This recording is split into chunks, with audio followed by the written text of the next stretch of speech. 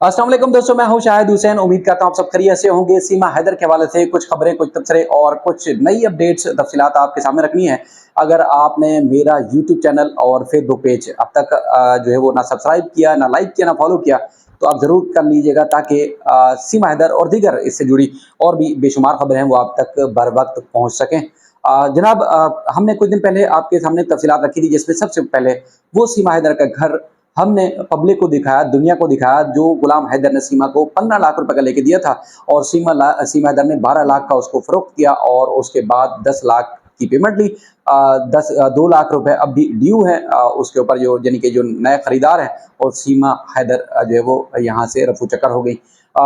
अब सीमा हैदर ने बाकायदा तौर पर एतराफ़ कर लिया कि वही घर है जो हमने सबसे पहले दुनिया को दिखाया था, और उसके अलावा दीगर अपडेट्स और मालूमात हैं जो कि पाकिस्तान की हुकूमत ने अब तक क्या किया है, क्या-क्या तफ़सीलात हासिल की जा चुकी हैं, गुलाम हैदर की तरफ से क्या इक़दामात किए जा रहे हैं मीडिया और सोशल मीडिया पर आने के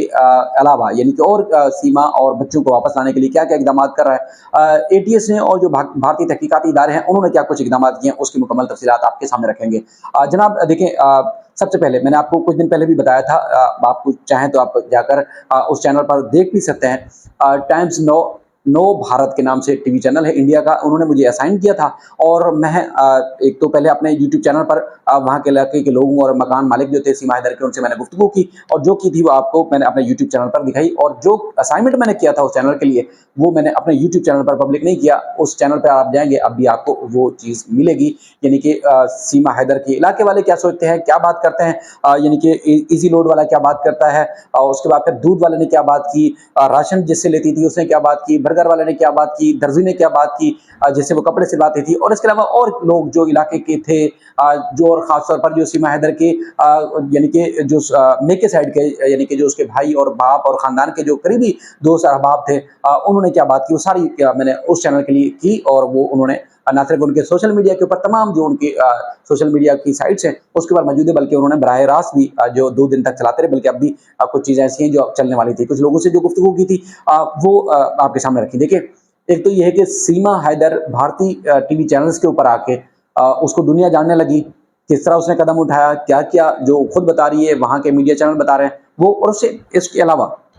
मैंने जो लोगों से बात की, यानी कि सीमा हैदर के मशहूर होने से पहले सीमा हैदर कितना मशहूर थी, उस हवाले से मैंने जब लोगों से बात की तो लोगों ने ना सिर्फ खुल के उस बात का इज़हार किया, बल्कि उन्होंने वो तफ़सीलात भी रखी जो शायद सीमा हैदर जो है वो बता सकती, या उसने या उसके घरवालों ने या गुलाम हैदर ने लोगों के सामने रखनी हो। मेरी तरफ से कोई इल्ज़ामात नहीं है, क्योंकि बहुत सारे हमारे दोस्त और हमारे करीबी जो बहुत चाहने वाले हैं, जो चाहते हैं कि हम अच्छी एक मुस्बत रिपोर्टिंग करें और बेहतर रिपोर्टिंग के साथ यानी कि इज़्ज़त और तकरीम के दायरे में,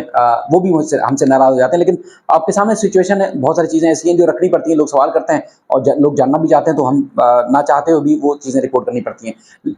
यानी कि सीमा हैदर का जो घर, मोहल्ला, इलाका, गली, एक कोने से लेकर दूसरे कोने तक, यानी कि दूर-दूर तक सीमा के चर्चे थे जब सीमा भारत नहीं गई थी।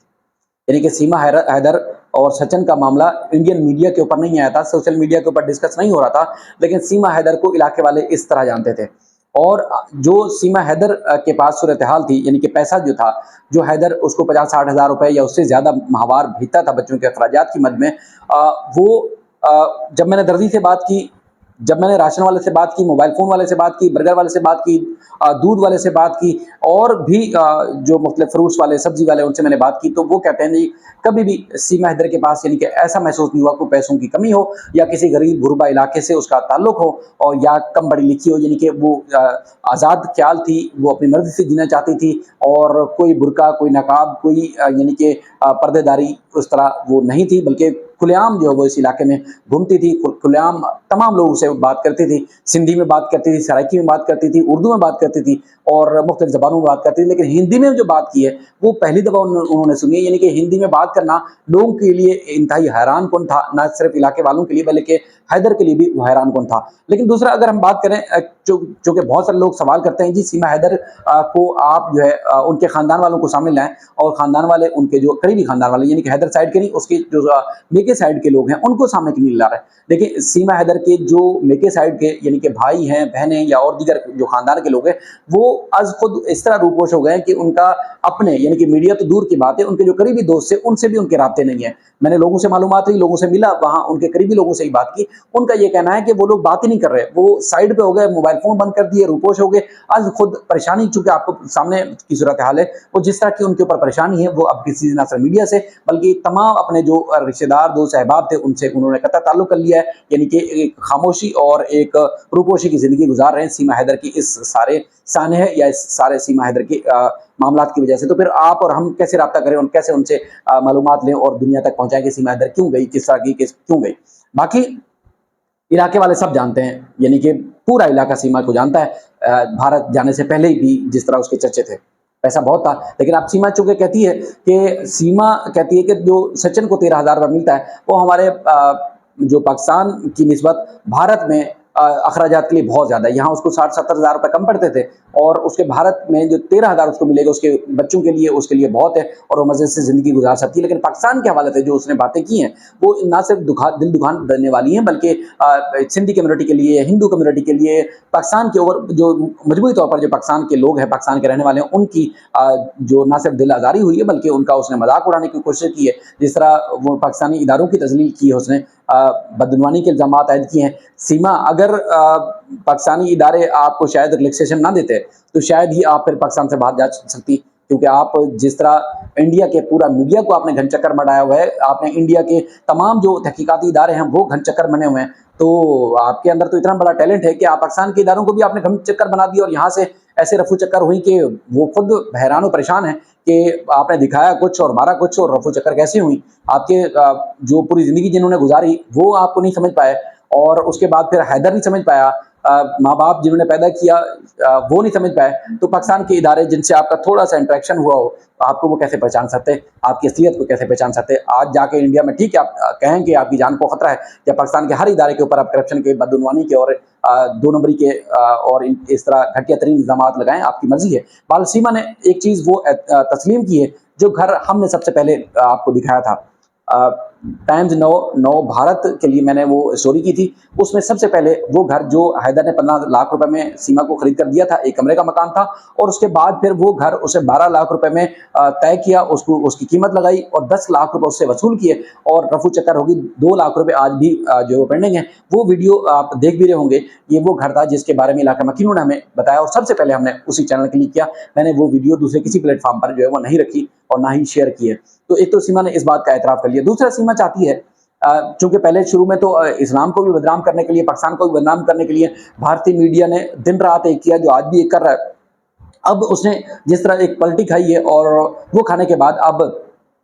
वो कनेक्शन जोड़ने के चक्कर में है कि पाकिस्तान के इदारों का क्या कनेक्शन है, पाकिस्तान से वो किस मकासद के लिए है, किन मकासद के लिए आई है, इस हवाले से अब तक कोई सुराग नहीं लगा सके। लेकिन सीमा कहती है कि वो पाकिस्तान की सूरत नहीं जाएगी। हैदर ने अब तक कोई भी जो है वो कदम नहीं उठाया है। पाकिस्तान की शायद इक्का दुक्का टीवी चैनल पर आया हो, सबसे पहले मैं ही उसको लाया था, उसके बाद उसने फिर राब्ता करना छोड़ दिया।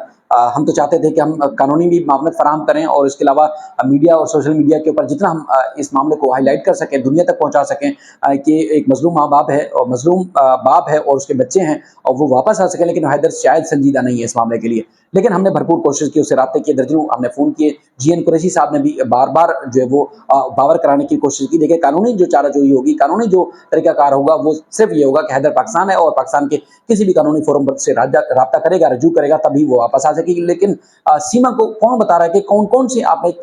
जो रास्ते इख्तियार करने हैं, उस हवाले से ना सिर्फ जो दिन रात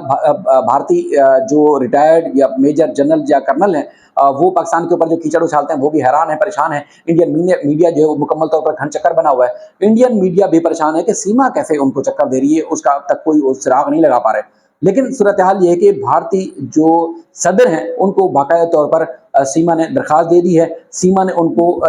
एक आप कह सकते हैं कि तहफ़्फ़ुज़ की और पनाह देने की दरख्वास्त दी है। अब भारतीय सुप्रीम कोर्ट को भी उसने दरख्वास्त दे दी है कि उसको और उसके बच्चों को, उनकी जान को खतरा है। भारत उनको मुमकिना तौर पर यहाँ से डिपोर्ट करना चाहता है, तो लिहाजा उसको डिपोर्ट करने से बचाया जाए, उसको रोका जाए। अब तक उसकी दरख्वास्त पर कोई फैसला नहीं हो सका है, लेकिन ये है कि वो उसने दरखास्त दे दी है और पाकिस्तान को भरपूर तरीके से बदनाम करने की कोशिश करी है, जिसकी वजह से मैंने देखा ना सिर्फ यहाँ के लोगों के दिल दुखे हुए हैं, परेशान है, हैदर परेशान है कि जो सीमा उर्दू में बात करती थी, सिंधी में बात करती थी, सराइकी में बात करती थी, वो अचानक हिंदी में कैसे बात कर रही है। इलाका मकीन भी परेशान है कि सीमा को तो हम जानते हैं कि है तो वही, लेकिन इस अंदाज में सीमा सामने आई है, ये सोचकर वो भी परेशान है कि बुनियादी तौर पर वजह क्या है, कि भारत से कोई उसका राब्ता था, किस तरह राब्ता था, इस हवाले से कोई खातिर-खा चीज़ सामने नहीं आ सकी है। बाकी और भी कुछ लीगल इश्यूज़ हैं और कि सीमा कह रही है कि उसको तलाक हो गई है, क्या कानूनी तौर पर या शरई तौर पर उसको तलाक हुई है, या उसके बाद फिर पाकिस्तान के तहकीकाती इदारे कब तहकीकात करते हैं और कब किसी मुतासरा खानदान को इंसाफ दिलाने के लिए हुकूमत एक्टिव होती है, वो कोशिश करूंगा आने वाली वीडियो में आपके सामने रखूं। आप अपनी राय का इजहार करेंगे तो हमें पता चलेगा कि आप कौन क्या देखना चाहते हैं, क्या सुनना चाहते हैं, क्या मालूमात लेना चाहते हैं और क्या सोच रहे हैं। तो आप अपनी राय का इजहार जरूर कीजिएगा, आने वाली वीडियो में आपके सामने मजीद और तफसीलात रखेंगे। अपना ख्याल रखिएगा। अल्लाह हाफिज।